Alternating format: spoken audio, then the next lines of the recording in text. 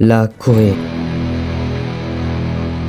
Ce pays que vous voyez souvent aux infos, on vous en a parlé. Ah oui, de la chirurgie esthétique, de la K-pop à non plus finir, des téléphones Samsung et des voitures Hyundai, sans oublier Psy et son Gangnam Style. Ok, c'est la Corée qu'on vous vend. Beaucoup à travers ces images se pensent savants en regardant tout ça, connaissent déjà tout sur ce petit pays, voire vous racontent son histoire et l'évolution incroyable du pays qui est d'ailleurs très intéressante. Des influenceurs vous en parlent comme s'ils connaissaient Séoul comme leur poche et ils concluent en vous disant que ce sont des experts de la péninsule. D'autres, eh bien, ils ne voient que la Corée du Sud qu'à travers le voisin bruyant et vous parleront des missiles de Kim Jong-un. Mais aujourd'hui, loin des folies et des mensonges médiatiques, loin des concerts de K-pop internationaux, des affaires de scandales et bien d'autres choses futiles, moi, je vous emmène voir une Corée que vous n'avez encore jamais vue. Je suis parti en Corée en 2024, pas à Séoul non, mais dans une ville moyenne de la Corée centrale, ce qui me permet d'avoir une vision de la vie bien différente de beaucoup de touristes. Pour vous resituer, j'ai passé mon enfance à voyager en Europe, Italie, Norvège, Allemagne, etc. Mais là, j'ai eu l'occasion vraiment de voir des paysages tirés de compte et l'expérience de vie que nos pays européens ne pourraient jamais imaginer. Pour cela, j'ai voulu vous emmener loin des grands centres urbains et de la grande métropole de Séoul pour partir vers l'est du pays, vous montrer des lacs, des montagnes, des villages traditionnels, des villes futuristes et des paysages à couper le souffle pour vous faire connaître un peu plus que les simples reportages qui se limitent à 3 quartiers touristiques de Séoul, vous montrer la beauté de la Corée millénaire. Je vais donc vous faire découvrir Andong et Sokcho, l'une étant en pleine terre et datant de l'Antiquité, et l'autre vers la Corée du Nord, très prisée pour un tourisme coréen. Bon, on arrête de parler et en avant l'aventure. Bon, on va commencer par Sokcho. Sokcho, c'est une ville qui donne direct sur la mer de l'Est, donc si tu traverses, tu peux aller à Vladivostok. Moi, j'essaierai pas. J'habite dans le centre de la Corée, mais je passe par Séoul. En bus, ça me fait 3 heures. En y allant, c'est ultra montagneux et la plupart de la région se construit à travers cette géographie, ce qui va mener à des paysages très spéciaux et c'est ce que vous allez découvrir maintenant. Les gars, il est 5h du mat. Il est temps de partir parce que la ville où je vais, elle n'est pas reliée en bus direct par la ville où j'habite. Donc là, on va prendre direct un bus. Je vous mens pas, à 5h du mat, ça caille. Hein. Pour ça, je vais le cache-cou, mais... Wow. En vrai, en fait, c'est pas la température qui est ultra froide, c'est le vent. Et je vous jure, vous le prenez une fois, vous dégustez, les gars. Allez, on se retrouve dans la ville. On est à Sokcho, voilà. C'est faux, j'ai pas de style. On disait qu'il ferait froid, mais finalement il fait beau. Est-ce qu'on peut prendre un café au Tirano Coffee?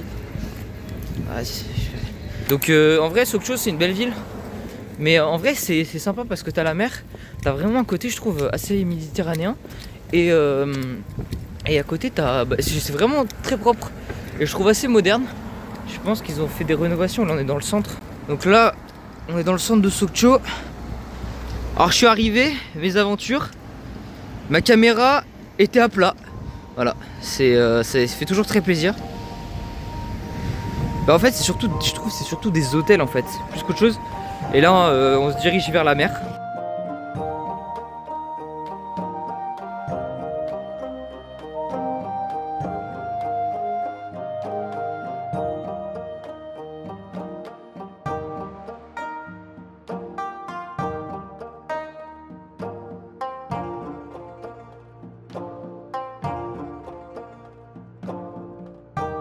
Alors, selon le panneau, Paris n'est pas à côté.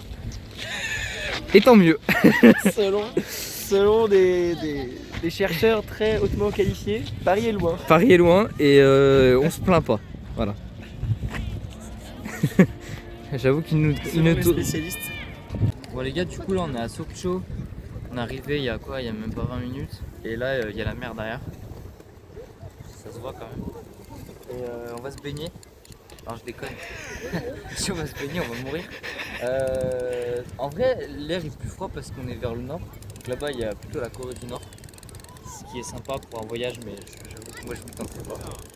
Et après, si vous prenez la mer par là et que vous allez direct vers la Corée du Nord, ça peut marcher. Hein. Après, je garantis pas de votre retour, mais vous pouvez y aller. Mais là, du coup, on va voir un petit peu la mer, on va se balader sur le sable. Ça a l'air vraiment sympa, et puis il y a vraiment une ambiance très sympathique, très familiale. Même, je sais pas, la ville, elle est vraiment cool. Je peux montrer si tu veux, tu peux en montrer.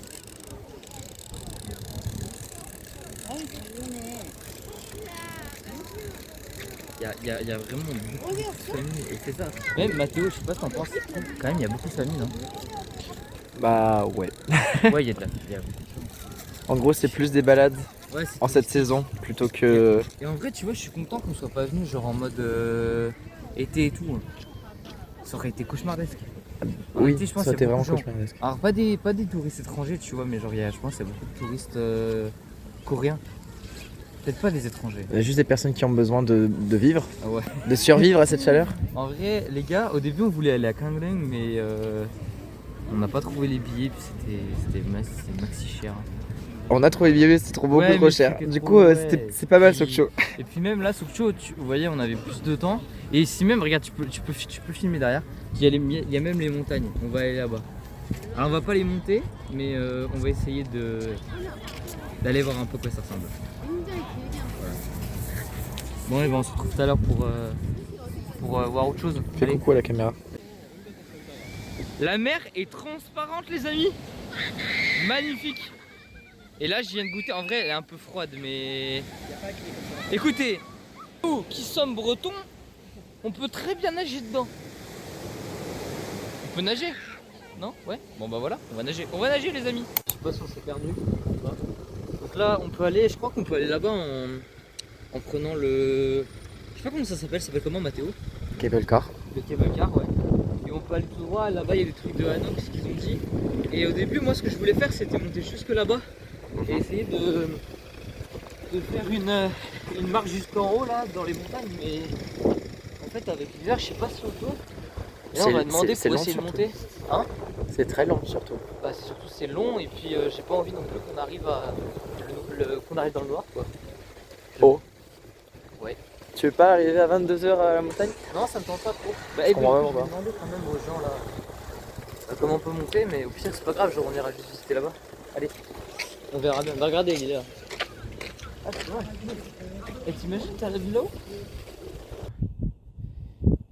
Donc là, les gars, regardez les ponts. Et je crois qu'en fait, en haut, il y avait un temple.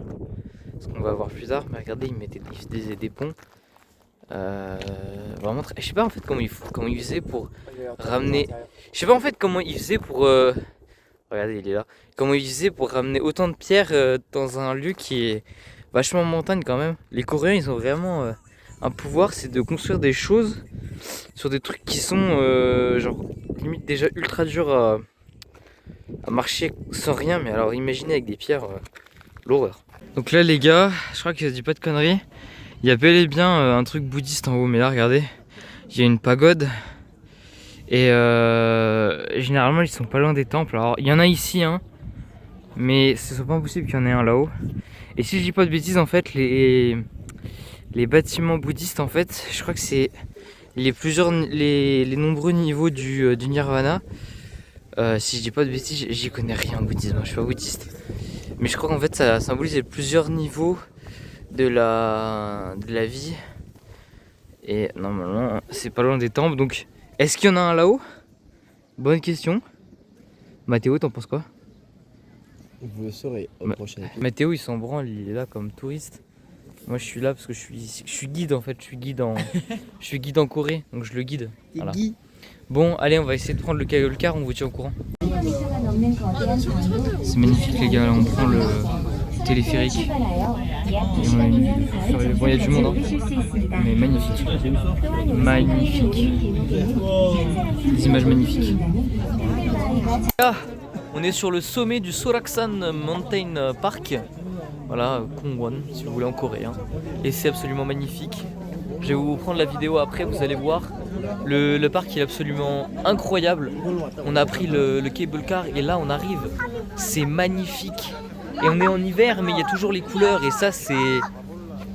Même mon caméraman, il en revient pas. Voilà, donc là, vous avez le parc qui est là. Du coup, on a les montagnes qu'on a montées là avec le téléphérique. Et là, vous avez la mer, les gars.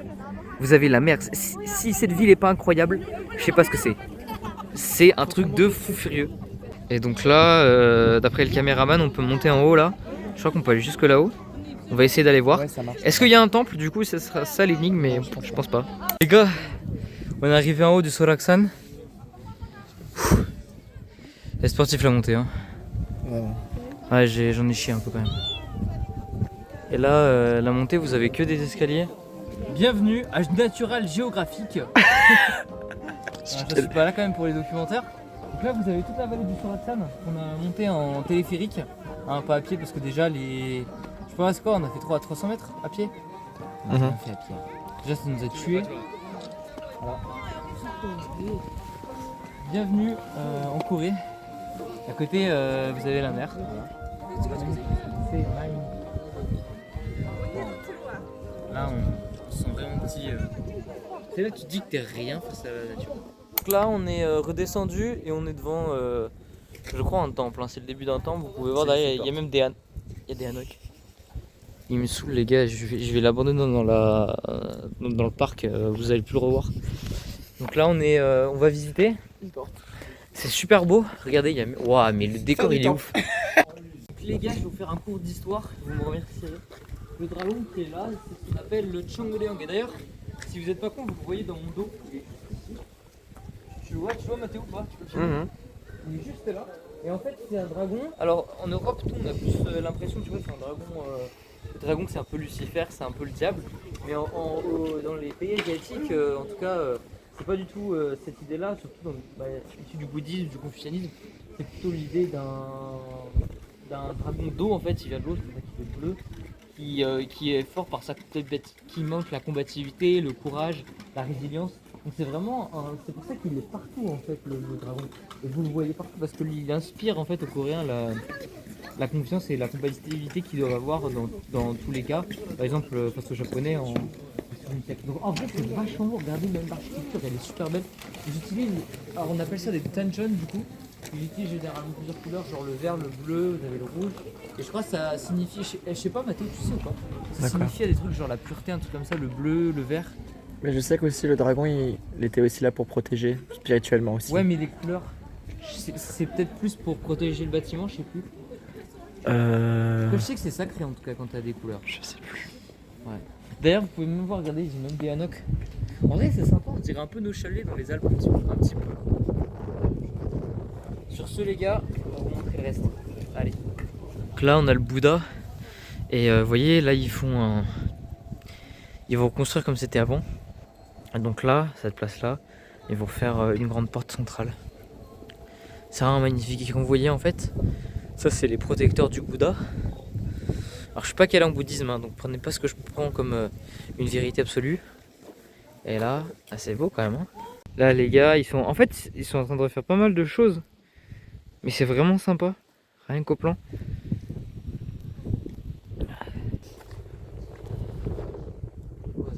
Ça on dirait des trucs un peu comme un Gyeongbokgung là où ça fait un peu. Tu sais t'as le roi et là t'as les notes qui marchent. Ben les statues là, rien que ça en fait, c'est les protecteurs du temple. Ah ouais? Genre. Tous les protecteurs ont des pouvoirs spéciaux. C'est 4 protecteurs différents, mais genre c'est censé effrayer les esprits. Ouais, les mauvais esprits. Ah, peut-être qu'il fait. Tu sais, moi je pars direct. Hein. Je vois ça en pleine nuit, il y a la lumière, je me casse. Hein. Les gars, regardez. Il fait tellement froid. Il fait tellement froid que l'eau, elle est glacée. C'est fou. Ah, quand même, les gars, là, on a une sacrée ambiance. Genre, avant, dans les temples bouddhistes, je trouvais pas qu'il y avait cette ambiance, mais là, c'est plutôt solennel. J'avoue que c'est vraiment stylé.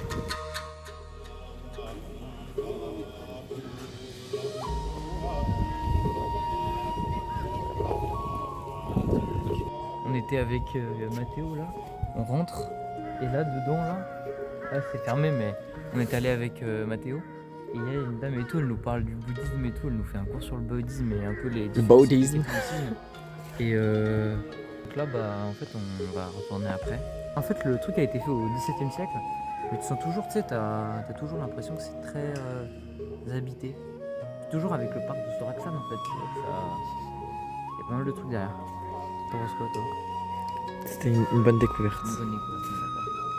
On continue à découvrir les autres. Donc là les gars on sort du temple là, vous pouvez voir il est derrière moi. Et on vient de finir. Très beau temple. Il y a vraiment, on ressent vraiment le cœur en fait de la Corée parce que au début la Corée c'était bouddhiste, durant Shilla les trois Corées, les trois pays. Mais attends mais mec il y a toujours un truc là-bas. On n'a pas vu. Oh mais vraiment venez ici ça vaut le coup. Attendez je vais vous faire un plan. Voilà les gars genre c'est un truc de fou furieux. Vraiment s'il y a... En fait les Coréens je crois qu'ils n'ont pas compris que nous on parle coréen en fait. Oui, Wegougin alors. Wegougin, de Yegougin Imda. Alors Mathéo, raconte-nous notre histoire de Pokémon rare dans le temple. Bah, j'adore être un ronflex shiny pour les Coréens. En fait, il y a un mec qui sort, il fait Attends, il est vraiment devant. Wegoogin, je sais pas quoi, tu vois. Genre, mais en fait, frérot, nous aussi on parle coréen, tu sais, donc on peut te comprendre. Je peux te comprendre. Je peux. Oh non, mais gros, mais tu vas comprendre. Avec le plus gros accent. Espèce de gros fou furieux, en fait, il va comprendre ce que t'es en train de dire. Non, il est devant avec sa copine. Ouais, mais quand même, c'est genre le mec il fait Hey, Wegoogin Umida, mais on peut comprendre, en fait, crétin. C'est pas grave. On parle coréen aussi maintenant, donc bon. C'est pas grave. Falloir nous baiser d'une autre façon. Ouais. Du coup, ouais, Mathéo, à ce qui paraît, c'est pourquoi en fait ils vont en montagne les Coréens? Mais en gros, comparé à la France, il y a beaucoup plus de montagnes et de...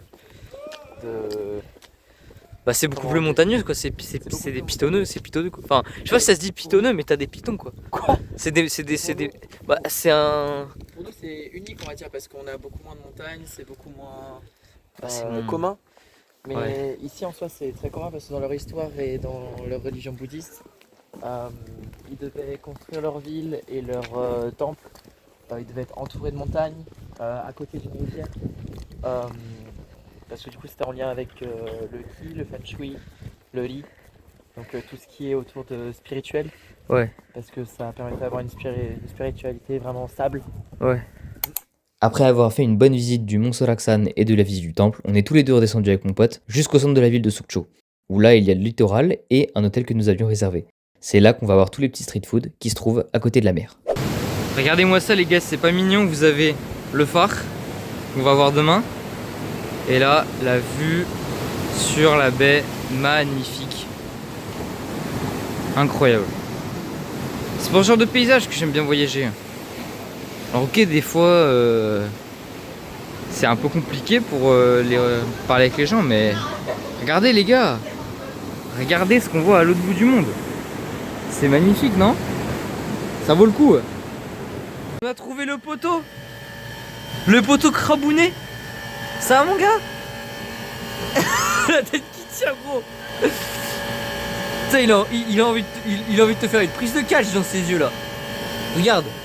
Ah, je vais te bouffer. Eh, fais pas le fou avec lui, je suis sûr, il te prend, il te tue. Les gars, on a trouvé un spot. Eh, si t'as faim, tu le prends, tu le bouffes là. Il te regarde si mal. Mais les gars, il y a plein de trucs là. Il a pas à regarder aussi mal. Ah, ça, je crois savoir ce que c'est, les gars. C'est pas si ouf que ça en bouffant. Mais les gars, regardez-moi. C'est le zoo des crabes. Tu vois le We listen and we don't judge. Bah lui il judge beaucoup. Lui, c'est le mec et tout. Lui, Tu sais, il donne son avis à tout le monde, ça me branle. Vraiment.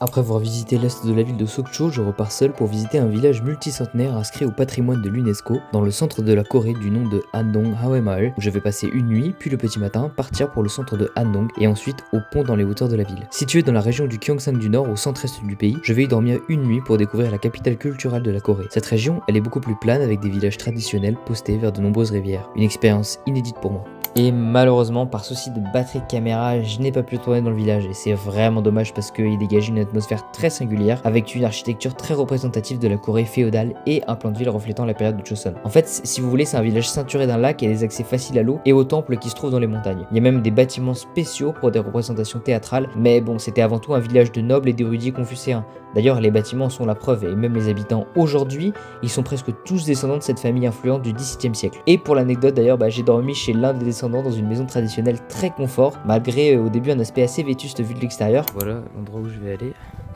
Donc là, c'est la maison où je suis. Et je vais vous montrer en fait où je loge. C'est super, c'est génial, j'ai pu prendre ça. Alors c'est la plus petite chambre, hein. Et j'ai compris après les prix parce qu'en fait c'est au patrimoine mondial de l'UNESCO. Ça vaut 60 000 won, à peu près 45 €. Et je vais vous montrer la chambre, elle est juste ici. Ma chambre, elle est juste ici. Ça ressemble à ça. Attendez, je vais rentrer. Donc là, le lit traditionnel. Il y a quand même des coussins, hein. Et là, regardez. Attendez, je vais vous faire. Là, il y a tout, ça sent super bon. C'est génial. Je suis très content. Voilà. Pas mal, hein?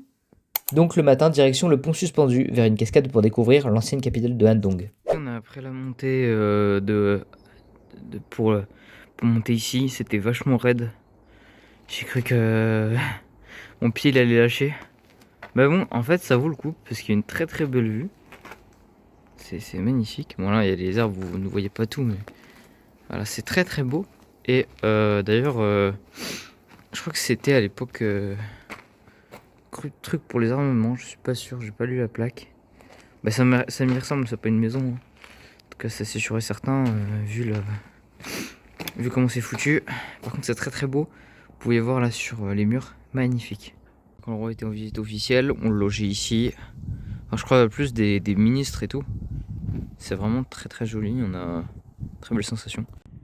Donc là, ça y est, on est arrivé. Petite rivière, c'est assez sympathique. J'aime beaucoup. Je vais vous présenter un truc. Ça, c'est l'architecture normale d'un hanok. C'est comme ça qu'il est fait. Voilà, c'est une sorte de carré. Vous êtes au milieu et dedans, il y a comme ça. Comme vous avez pu le voir, vous rentrez dedans. En fait, vous fermez. Il y a deux parties. La première partie qui permet d'avoir le. D'ailleurs, on la voit là au fond. Là. La première partie qui permet de fermer les deux premières portes. Et après, vous avez deux portes qui se rabattent. Comme ça, vous n'avez pas froid et vous vous caillez pas le cul. Et là, c'est plutôt joli. C'est même très beau en fait. C'est très simple. Bon, alors, eux, ils ont été plutôt refaits hein, parce qu'ils ont été détruits. Mais c'est quand même très très beau. Imaginez-vous avec de la déco, des meubles, etc. C'est beaucoup plus joli. C'est très sympathique, moi je trouve. Là, je vais vous apprendre quelque chose. Cette fleur-là, ça s'appelle le mukonghwa. C'est la fleur nationale de la Corée. Et à chaque extrémité des toits, vous avez généralement cette décoration. Ça peut changer si c'est un palais, évidemment. Il peut y avoir des différentes choses. Mais là, en tout cas, ce qui prévaut, c'est le mukonghwa. Voilà. C'est assez sympa de savoir aussi un peu les symboles. Moi, je suis arrivé ici, je savais rien. Si, je savais un petit peu quand même, mais... En fait, c'est toujours bien de découvrir sur le tas parce que ça vous implique bien plus dans vos voyages, en fait. Et même si vous connaissez pas, tout est marqué. Bon, après, c'est vrai que si vous parlez ni anglais ni coréen, bah, courage à vous, mais bon. C'est que de la montée, hein. C'est vraiment que de la montée. Et les mecs, ils se sont construits ça à côté d'un lac, en fait. C'est ça, en fait, c'est la pure illustration de la Corée. C'est des montagnes et un lac, voilà, ou la mer généralement. Mais généralement c'est ça la Corée. Hein. Donc faites du sport avant de venir. Ça dépend beaucoup la Corée avec les sortes de toits qui sont derrière moi là comme ça. Ou par exemple comme ceux-là là, voilà, c'était plutôt les nobles. Hein. Mais bon, si t'avais moins d'argent tu vivais là. Enfin surtout si t'avais un autre statut social tu vivais là-dedans. Autant te dire que le plafond il est en paille. Bon là ils l'ont arrangé parce que voilà. Mais bon voilà, le plafond c'était ça. Hein. C'est de la paille. Bon, quand il pleut, quand il gèle et quand il neige, t'oublies le confort. Voilà. Ouais. Et puis, faut dire aussi qu'il y avait peut-être pas forcément beaucoup de lumière qui rentrait. Parce qu'en plus, en fait, quand il fait froid, t'es obligé de tout fermer, quoi. Donc c'est pas ouf. Heureusement, les sortes de linteaux là, sortes de, je sais pas comment on peut appeler ça, les sortes de papier de fenêtre, c'est pas mal pour laisser rentrer la lumière. Mais je trouve que c'est pas assez, honnêtement. Quand il est 8h, tu vois pas le soleil, quoi. Donc, voilà. Ouais, franchement, ouais, c'est des sortes de maisons comme ça. Ouais, mais là, t'y vis pas, quoi. Là, t'y vis pas. C'est. Encore, tu vois, tu me dis, ouais, tu vis là-dedans. Tu vis dans une maison, je dis, ouais, pourquoi pas. Si elle est bien aménagée, pourquoi pas. Mais alors, dans ces machins, allez, laissez tomber, les gars. Moi, je vis pas là-dedans. Ah. Porte principale. Après la montée. Ah, ça tue, les gars. Putain, mais qu'est-ce qu'ils sont allés se foutre aussi haut, quand même. Putain, je me pose la question. Mais jolies les portes. Bon, en fait, je viens d'apprendre que ça, il y avait des maisons. En fait, maintenant, ils logent des gens. C'est pas mal. Je sais pas si ça date en fait de Chosun parce que vous voyez les murs. Non, je pense pas que ça date. En fait, c'était refait. Mais ça date pas de Chosun, c'est mort. Non, à mon avis, ils ont dû faire ça pour le complexe qui est un peu plus haut. Mais là, devait rien avoir. Ils ont tout construit. Là, c'est nouveau. Donc, non. Là, c'est. Par contre, c'est très beau. Après, une montée assez compliquée qui commençait par là. Voilà, qui est presque fini. D'ailleurs, on voit pas la porte, mais c'est fini. On la voit plus. Et là, le palais.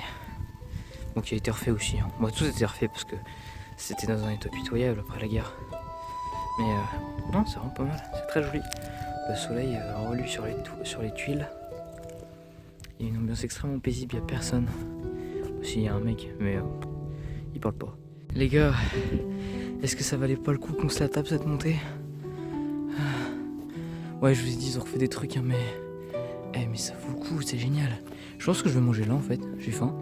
Voilà, allez, on va faire ça. Et je vais visiter là, je sais pas ce que c'est. Un peu plus d'explications sur le bâtiment. En fait, avant c'était en effet une sorte d'endroit où était le noble. Alors ça devait peut-être pas être comme ça. tête comme ça. Ils ont tout refait dans les années 70, mais ça devait quand même être assez similaire. Je pense c'est magnifique la vue. Bon, ils ont dû refaire. Maintenant, c'est devenu une salle de conférence. Donc voilà. On est remonté du pont là. Problème, c'est que j'avais pas de temps pour faire le musée. Mais c'est pas grave parce que là, je vais aller manger quelque chose de spécial coréen. Si j'ai le temps, je sais pas si j'ai le temps, je sais pas quand vient mon bus. Du coup, là, je visite en même temps. C'est une très belle ville à Andong, hein. C'est très sympa. Il y a une bonne ambiance. Donc voilà, je vais voir ce que ça donne. Et alors en Corée, ce qui est très cher, c'est la viande de vache. Mais là, il y en a beaucoup ici à Andong.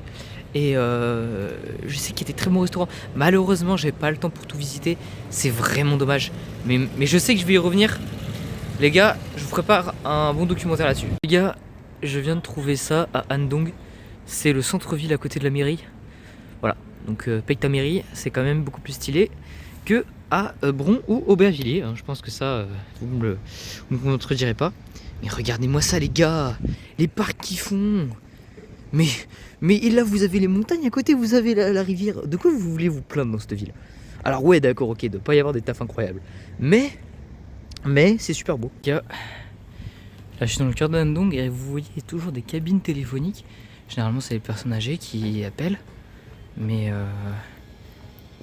vous pouvez aussi avoir des jeunes qui les utilisent. C'est ce qui est assez particulier en Corée, c'est qu'on a également des cabines téléphoniques. Vous voyez là, Andong, c'est peut-être la campagne plutôt, mais c'est ultra moderne. C'est incroyable. Merci beaucoup d'avoir regardé cette vidéo, elle touche à sa fin, je voulais vous remercier car c'est une vidéo que j'ai faite sans prévoir, c'est quelque chose que j'ai fait un peu à l'amateurisme, mais en regardant tous les paysages que j'ai visités, en étant submergé par ce que j'ai vu, je voulais vous le partager à travers une vidéo et ça m'a fait extrêmement plaisir. Je vais essayer à l'avenir de vous faire des choses un peu plus professionnelles, mais pour l'instant, voilà, j'espère que vous avez apprécié cette vidéo et moi je vous dis à la prochaine. Tu nages jusque là-bas, Mathéo? Je pense que moi je suis capable de nager de là-bas là, de la plage jusqu'à l'île. Je pense qu'on met combien de temps en nageant, Mathéo? Estimation. J'ai vraiment pas envie de nager. Le premier qui arrive fait le plat de fruits de mer à l'outre. Let's go. Let's go.